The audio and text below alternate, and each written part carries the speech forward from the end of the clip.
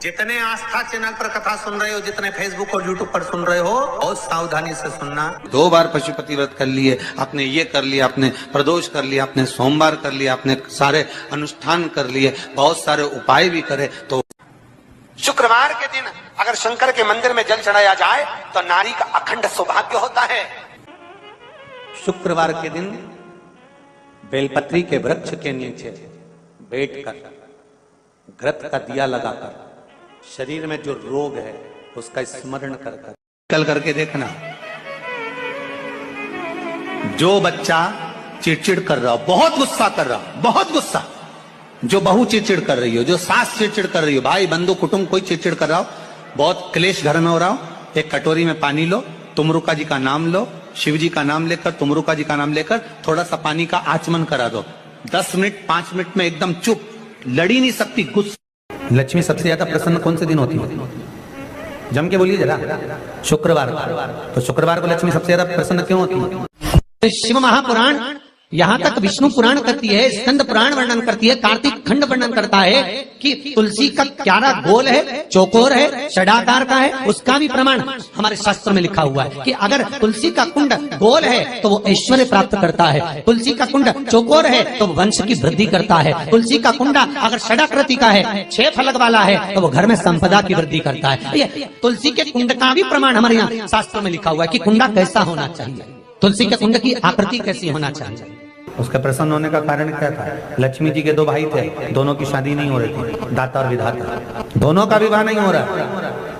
और दाता विधाता के लिए लक्ष्मी बड़ी परेशान थी, रोज नारायण से कहती थी प्रभु कुछ कृपा करिए, दाता विधाता का विवाह नहीं हो रहा, उम्र होती चली जा रही है, इनका कुछ करिए प्रभु, आप नारायण आप कुछ तो कर सकते हो। भगवान नारायण ने तब लक्ष्मी से कहा एक काम करो, बेलपत्री के पेड़ के नीचे बैठकर लक्ष्मी तुम अनुष्ठान करो तुम्हारे भाइयों के विवाह के लिए। इसलिए आज भी हमारे हिंदू धर्म की रीति है कि बेलपत्री के पेड़ के नीचे शाम के समय लक्ष्मी का वासा होता है। इसलिए लोग इस बेलपत्री के पेड़ के नीचे तुम्हारा रात्रि को, शाम को 6 बजे से लेकर रात्रि को 8 बजे तक तुम्हारा निवास होगा। जैसे पीपल के पेड़ में देवताओं का निवास, आपको आप लोगों ने यदि पद्म पुराण पढ़ी होगी या सुनी होगी तो उसमें स्पष्ट कहा है। पीपल के वृक्ष की गणना ध्यान देना, पीपल के वृक्ष में सुबह 4 बजे से लेकर 7 बजे तक ब्रह्मा जी का वासा होता है। पीपल के वृक्ष में सुबह 7 बजे तक ब्रह्मा जी का वासा, 7 बजे से लेकर 10:30 बजे तक पीपल के वृक्ष में भगवान विष्णु का वासा होता है। कितनी बजे तक? 10:30। 10:30 से लेकर 11:30 12 बजे तक पीपल के वृक्ष में पितरों का वासा होता है। इसलिए हमारे यहाँ पितरों को श्राद्ध पक्ष में जो भोजन कराया जाता है वो 10:30 से 12 के बीच में कराया जाता है। 12 बजे के बाद पीपल के वृक्ष में दोपहर के 1:30 बजे तक आहूतों का वासा रहता है। आहूत कौन? जो गर्भ में शांत हो गए, जो कुंवारी अवस्था में शांत हो गए, जो जन्म लेने के बाद उनका विवाह नहीं हुआ और शांत हो गए, उन आहूतों का वासा उस पीपल के वृक्ष में दोपहर में 1:30 बजे तक रहता है। उसके बाद में प्रेतों का वासा चालू होता है। इसलिए दोपहर के समय पीपल के पेड़ की परिक्रमा नहीं होती। फिर शाम को 4 बजे से 7 बजे तक पीपल के वृक्ष में शंकर जी का वासा होता है। इसलिए शाम के समय पीपल की परिक्रमा नहीं होती। 7 बजे के बाद में पीपल के वृक्ष में रात्रि को 9 बजे तक कुबेर का वासा होता है। फिर 9 बजे के बाद में प्रेतवास चालू होता है पीपल के वृक्ष में। उसी तरह बेलपत्री का जो वृक्ष है, उस बेलपत्री के वृक्ष के नीचे रात्रि को 8 बजे से लेकर 12 बजे तक बेलपत्री के पेड़ के नीचे कुबेर का निवास होता है। महाराज कुबेर का निवास। प्रयास करा करो इसी बेलपत्री के पेड़ के नीचे हम दीप लगाएं, घी का दीप। यदि संपदा की कमी हो तो, अगर भगवान ने खूब संपदा दी है तो भले मत लगाओ, कोई दिक्कत। महामृत्युंजय मंत्र का यदि आप जाप करते हो और आपको मालूम पड़ गया कि शरीर में मुझे ये रोग हो गया है, मुझे शुगर हो गया है, मुझे बीपी हो गया है, मेरा ब्लड प्रेशर ऊंचा नीचा रह रहा है, कोई भयंकर रोग, मेरे रिश्तेदार को कोई कैंसर जैसा रोग हो गया, किसी को कोई थायराइड हो गया, किसी को कोई किडनी और लीवर में सूजन हो गई, किसी को कहीं किडनी और लीवर में तकलीफ हो गई, तो शिव महापुराण की कथा कहती है, नवग्रह शिव महापुराण की कथा कहती है कि बेलपत्री के वृक्ष के नीचे महामृत्युंजय मंत्र का जाप जो शुक्रवार की शुक्रवार घी का दिया लगा कर करता है, उसके रोग बाबा देवाधिदेव महादेव समाप्त करते चले जाते हैं। ये संजीवनी मंत्र शुक्रवार के दिन भगवान शंकर को शुक्र को दिया था, इसलिए उसकी प्रदान।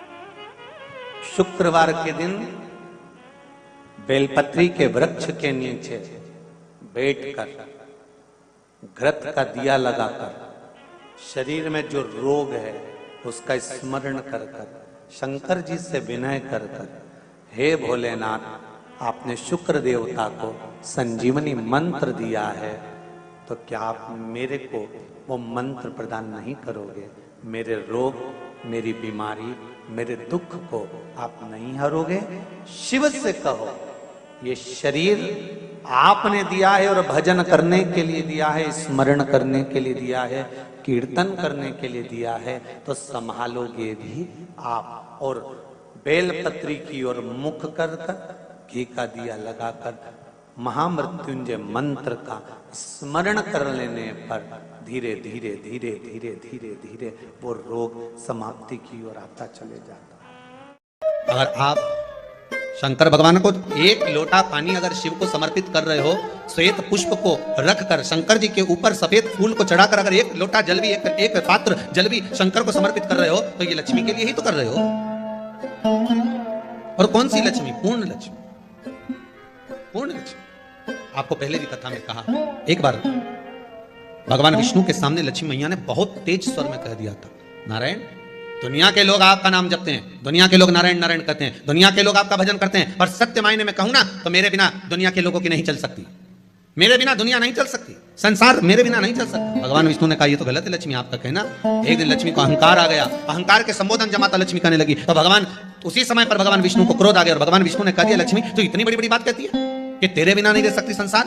मैं तुझे कहता हूं लक्ष्मी, तू अपूर्ण है, तू अपूर्ण है, तू पूर्ण कब हो गई?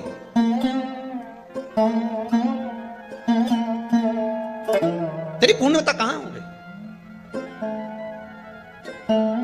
लक्ष्मी की आंख से आंसू बहने लगे। आज आपने मुझे अपूर्ण कहा, आपको मालूम है आप मुझे अपूर्ण कर रहे हो? आपको ये ज्ञात हो रहा है आप मुझे अपूर्ण कर रहे हो? भगवान कहते हैं हाँ लक्ष्मी, मैंने तुझे अपूर्ण कहा। अपूर्णता का मतलब आप जानते हो ना?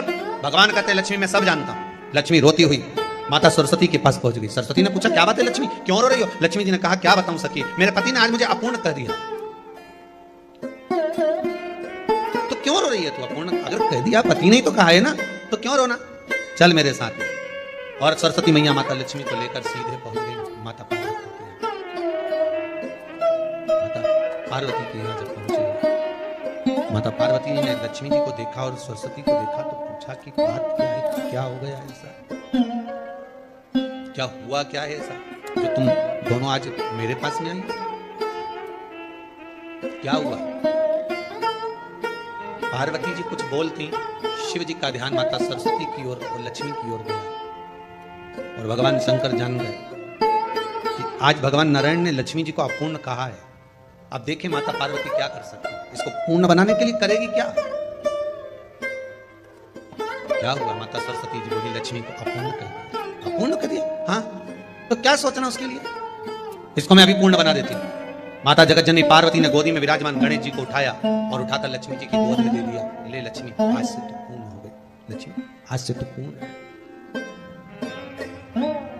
गोदी में जब तक संतान नहीं है तो नारी को लोग अपूर्ण समझते हैं, पर माता पार्वती जी ने संपूर्ण ब्रह्मांड में एक सिद्धता प्रदान कर दी कि अपने गोदी के लाल को, अपने गोदी के पुत्र को माता ने लक्ष्मी की गोद में देकर लक्ष्मी को पूर्ण बनाया। शिव महापुराण यहाँ तक विष्णु पुराण करती है, स्कंद पुराण वर्णन करती है, कार्तिक खंड वर्णन करता है कि तुलसी का क्यारा गोल है, चौकोर है, षडाकार का है। उसका भी प्रमाण हमारे शास्त्र में लिखा हुआ है कि अगर तुलसी का कुंड गोल है तो वो ऐश्वर्य प्राप्त करता है, तुलसी का कुंड चौकोर है तो वो वंश की वृद्धि करता है, तुलसी का कुंडा अगर षडाकृति का है, 6 फलक वाला है तो वो घर में संपदा की वृद्धि करता है। ये तुलसी के कुंड का भी प्रमाण हमारे यहाँ शास्त्र में लिखा हुआ है कि कुंडा कैसा होना चाहिए, तुलसी के कुंड की आकृति कैसी होना चाहिए, तुलसी का कुंड होना कैसा चाहिए, उसका भी प्रमाण हमारे यहाँ स्कंद पुराण में लिखा हुआ है, विष्णु पुराण में लिखा हुआ है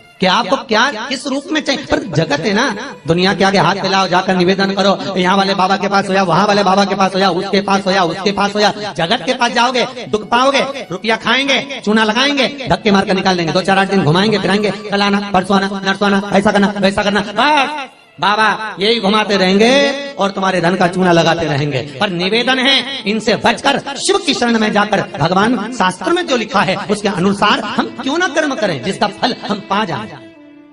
हम क्यों ना ऐसा कर्म करें जिसके फल को हम पा सकें। हम क्यों भ्रमित हुए। हमारे यहाँ तुलसी के कुंड का भी विधान है। गोल कुंडा है ऐश्वर्य देता, चौकोर कुंडा है।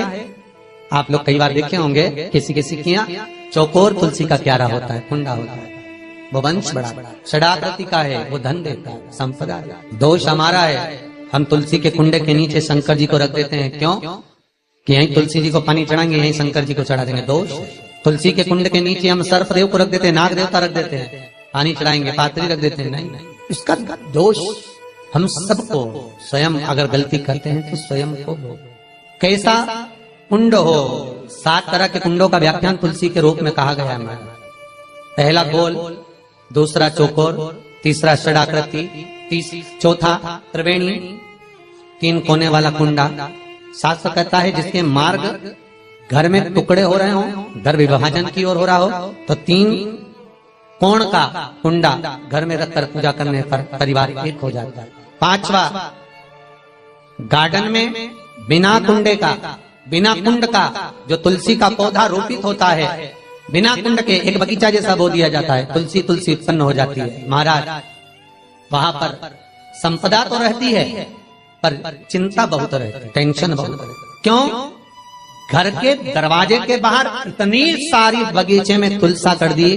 कोई निकल कर जा रहा था उसने थूक दिया, कोई निकल कर जा रहा था उसने पानी डाल दिया, कोई श्वान ने, कुत्ते ने, किसी ने, बिल्ली ने गंदगी कर दी, उसका दोष आपको लगेगा। इसलिए कुंड के अंदर तुलसा का वो धन तो देगा, जो तुमने बगीचे में तुलसा लगाई है, गार्डन तुलसा का करा, वो धन तो देगा, संपदा भी देगा, पर चिंता को बढ़ा देगा। 5 मारा।